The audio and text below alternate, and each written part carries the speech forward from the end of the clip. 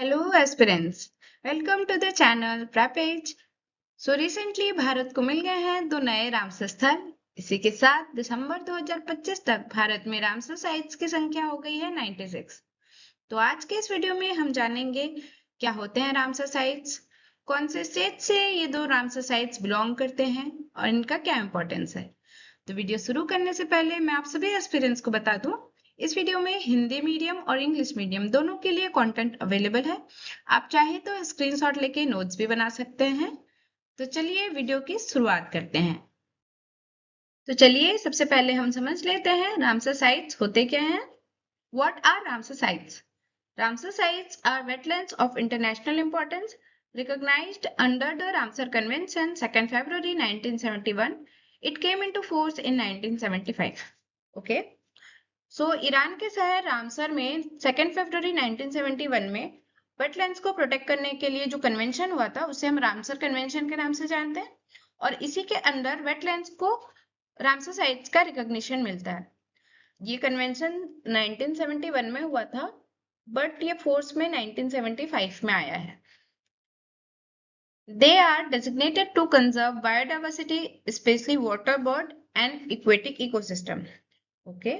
सो Ramsar site declare करने का main M है क्योंकि ये बायोडाइवर्सिटी कंजर्व करते हैं, स्पेशली वाटर बर्ड और एक्वेटिक इकोसिस्टम को कंजर्व करने का काम करते हैं, इसीलिए रामसर साइट डिक्लेयर किए जाते हैं।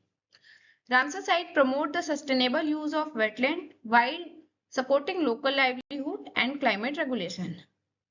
तो रामसर साइट्स जो हैं वेटलैंड्स के सस्टेनेबल यूज को भी प्रमोट करते हैं, साथ ही साथ local livelihoods and climate regulations में भी हेल्प करते हैं। World wetlands day celebrated on 2 February in every year. तो 2 फरवरी को वर्ल्ड वेटलैंड्स डे मनाया जाता है। Headquarter is in gland, Switzerland. Okay, Ramsar convention Iran में हुआ था, बट इसका स्विट्जरलैंड ग्लैंड में हेडक्वार्टर है। तो अभी रामसर साइट्स के बारे में मैंने जो चीजें समझाई है, सेम चीज हिंदी में लिखी हुई है, आप चाहें तो इसका स्क्रीनशॉट ले सकते हैं। तो चलिए आगे बढ़ते हैं हमारे 95th नंबर के रामसर साइट की तरफ। जानते हैं कौन सा है रामसर साइट। सिलिसेर लेक, राजस्थान। ये हमारा 95th नंबर का रामसर साइट। इसका लोकेशन है अलवर डिस्ट्रिक्ट, राजस्थान में, and this is the fresh water lake near Sariska tiger reserve. So Sariska tiger reserve के पास ये एक फ्रेश वाटर लेक है। It is important for biodiversity and water conservation. It supports migratory bird and resident birds. It constructed in 1845 by Maharaja Vinay Singh of Alwar. तो अलवर के महाराजा विनय सिंह के द्वारा 1845 में ये इसका कंस्ट्रक्शन हुआ था। ये सेम चीज हिंदी मीडियम स्टूडेंट्स के लिए लिखा हुआ है, इसका भी आप स्क्रीनशॉट ले सकते हैं। तो चलिए अब हम आगे बढ़ते हैं 96 नंबर के रामसर साइट की तरफ। कोपरा जलाशय, छत्तीसगढ़। तो इंडिया के 96 नंबर का रामसर साइट है कोपरा रिजर्वायर, छत्तीसगढ़। तो चलिए इसका हम लोग लोकेशन जान लेते हैं। It's located in Bilaspur district, Chhattisgarh. It lies in the upper catchment area of Mahanadi river system. So Mahanadi river system के अपर कैचमेंट एरिया में ये लोकेटेड है। और कौन से डिस्ट्रिक्ट में लोकेटेड है? छत्तीसगढ़ के बिलासपुर डिस्ट्रिक्ट में। इसका एक और मोस्ट इंपॉर्टेंट पॉइंट है कि छत्तीसगढ़ स्टेट का फर्स्ट वेटलैंड जो रामसर साइट डिक्लेयर्ड हुआ है। तो छत्तीसगढ़ स्टेट का first Ramsar site declared wetland है कोपरा जलाशय या Kopra reservoir. It is a man made reservoir constructed in 1993। Okay, तो इसका कंस्ट्रक्शन 1993 में हुआ था और ये मैन मेड रिजर्वायर है। It support aquatic life and wetland birds. It plays a role in irrigation and ecological balance. Okay, तो इसका कंस्ट्रक्शन का जो मेन पर्पस था वो इरिगेशन के लिए ही इसका कंस्ट्रक्शन किया गया था। The recognition of Kopra Reservoir as Ramsar Site is a significant and motivating step toward achieving the goal of declaring 20 wetland of the state as Ramsar Site by the year 2030 under the Chhattisgarh Anjor Vision 2047. तो Chhattisgarh government का जो छत्तीसगढ़ अंजोर vision 2047 है, उसके under Chhattisgarh government का गोल है कि year 2030 तक छत्तीसगढ़ के 20 वेटलैंड्स जो है उनको रामसर साइट डिक्लेयर कराने का गोल रखा हुआ है छत्तीसगढ़ गवर्नमेंट ने। तो ये सब हमको समझ आ गया, अब हम आगे बढ़ते हैं। तो सेम चीज हिंदी में भी लिखा हुआ है, इसका भी आप लोग स्क्रीनशॉट ले सकते हैं। तो चलिए आगे बढ़ते हैं। तो अब हमने जान लिया दो नए रामसर साइट्स के बारे में। आगे चलिए हम लोग जानते हैं रामसर साइट्स का क्या इंपॉर्टेंस है। Importance of Ramsar sites. First, conservation of wetlands या आर्द्र भूमियों का संरक्षण। तो इससे जो है वेटलैंड्स को रामसर साइट डिक्लेयर करने से वेटलैंड्स को इकोनॉमिकली, पॉलिटिकली एंड सोशली तीनों तरीके से प्रोटेक्शन मिलता है, जिससे वेटलैंड्स का कंजर्वेशन होता है। दूसरा, प्रोटेक्शन ऑफ बायोडाइवर्सिटी या जैव विविधता की सुरक्षा। रामसर साइट डिक्लेयर होने से वेटलैंड्स में जो स्पीसीज का नेचुरल हैबिटाट है उसका कंजर्वेशन होता है। इससे फूड चेन भी मेंटेन होने लगता है। साथ ही साथ जो एंडेंजर्ड स्पीसीज है लाइक घड़ियाल, डॉल्फिन्स या माइग्रेटरी बर्ड्स हैं, उनके हैबिटाट का भी प्रोटेक्शन होता है, जिससे उनका भी प्रोटेक्शन होता है। थर्ड, क्लाइमेट चेंज मिटिगेशन या जलवायु परिवर्तन के प्रभावों को कम करना।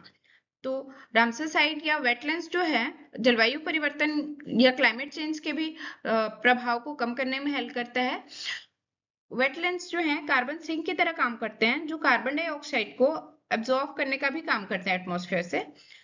ये फ्लड कंट्रोल के जैसे भी काम करते हैं और ड्रॉट रेजिस्टेंस भी होते हैं, और साथ ही साथ ये टेम्परेचर रेगुलेशन का भी काम करते हैं।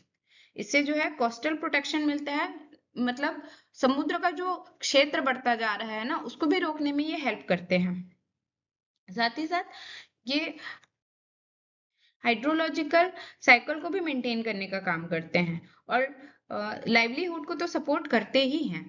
तो fourth, support to local livelihood या स्थानीय आजीविका को समर्थन। स्थानीय आजीविका या लाइवलीहुड को कैसे सपोर्ट करते हैं? ये सबसे बड़ा हेल्प करते हैं इरिगेशन में।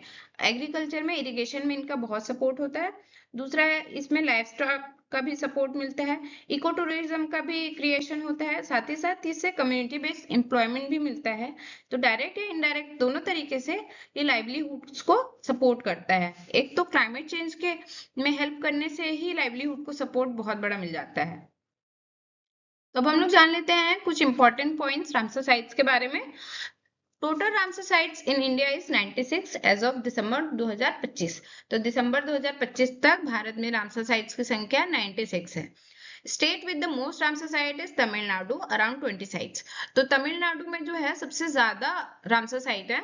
अच्छा, यहाँ पे सबसे कम रामसर साइट वाले स्टेट का नाम इसलिए नहीं है क्योंकि बहुत सारे स्टेट हैं जहाँ पे या तो 0 या तो सिर्फ एक रामसर साइट है।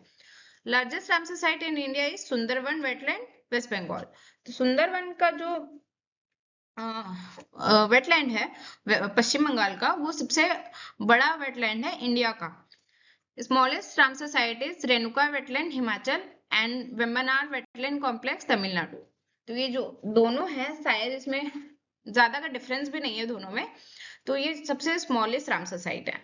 Oldest Ramsar site in India 1981, Chilka lake, Orissa, and Keoladeo Ghana national park, Rajasthan.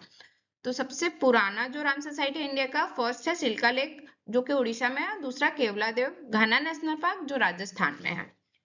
India became a party to the Ramsar convention on wetland on 1 February 1982। तो इंडिया जो है रामसर कन्वेंशन का पार्ट कब बना? 1 फरवरी 1982। अच्छा, तो इसमें एक चीज में कंफ्यूजन नहीं करना है कि चिल्का लेक और केवलादेव को 81 में रामसर साइट डिक्लेयर किया गया था और इंडिया जो है 82 में पार्ट बना। इसमें बिल्कुल कंफ्यूजन नहीं करना है, क्योंकि कोई भी कंट्री जो है किसी भी कन्वेंशन का पार्ट बनने से पहले ऑब्जर्वेटरी मेंबर भी रहता है। तो जब इंडिया ऑब्जर्वेटरी मेंबर था तभी चिल्का लेक और केवलादेव को जो है रामसर साइट डिक्लेयर कर दिया गया था। तो इसलिए इस कंफ्यूजन को आप दूर हटा दीजिएगा। As of the latest data, 172 countries are part of Ramsar Convention on Wetlands. तो अभी तक जो है 172 कंट्रीज रामसर कन्वेंशन के पार्ट बन चुके हैं। ठीक है। अच्छा, इसमें एक और पॉइंट छूट रहा है कि इंडिया में सबसे लार्जेस्ट जो साइट है वो तो वेस्ट बंगाल सुंदरवन है ही, साथ ही साथ सबसे बड़ा एरिया जिस स्टेट का है रामसर साइट डिक्लेयर्ड, वो भी वेस्ट बंगाल है। ठीक है। उम्मीद है वीडियो आपको पसंद आया होगा। इसी के साथ आज का सेशन यहीं पे खत्म करते हैं। तो मिलते हैं नेक्स्ट वीडियो में। वीडियो अच्छा लगा हो तो like, share, support and subscribe कीजिए।